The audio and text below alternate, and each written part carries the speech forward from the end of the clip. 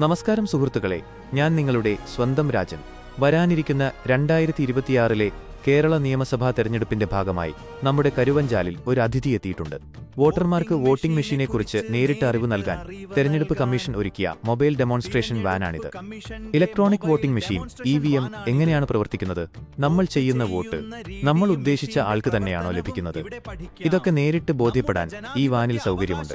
VVPAT VVPAT മെഷീനിലൂടെ നിങ്ങളുടെ vote കൃത്യമായി രേഖപ്പെടുത്തിയത് എങ്ങനെയെന്ന് നേരിട്ട് കാണാം.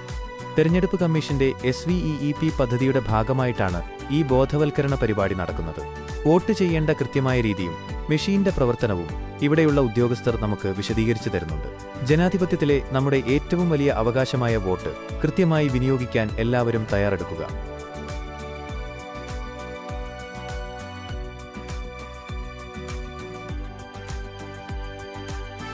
ഇലക്ഷൻ കമ്മീഷന്റെ ഒരു മോക്ക് പോളിംഗ് ആണ്. ഇപ്പം ഉടനെ തെരഞ്ഞെടുപ്പ് വരാൻ പോവല്ലേ.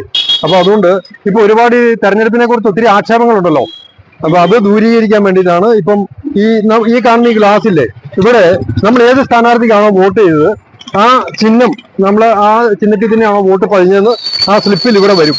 അപ്പൊ അത് ആ ചിഹ്നം പതിഞ്ഞ് ആ സ്ലിപ്പ് തന്നെയാണോ താഴോട്ട് കട്ട് ചെയ്ത് പോകുന്നത് എന്നുള്ളത് നമുക്ക് കാണാം. അതാണ് ഇവര് കാണിച്ചു തരുന്നത്. നേരിട്ട് അറിവ് നൽകാൻ തിരഞ്ഞെടുപ്പ് കമ്മീഷന്റെ മൊബൈൽ ഡെമോൺസ്ട്രേഷൻ വാനാണിത്. അപ്പോൾ മറക്കണ്ട, വരാനിരിക്കുന്ന തെരഞ്ഞെടുപ്പിൽ നമുക്ക് ഒന്നിച്ച് പങ്കാളികളാകാം.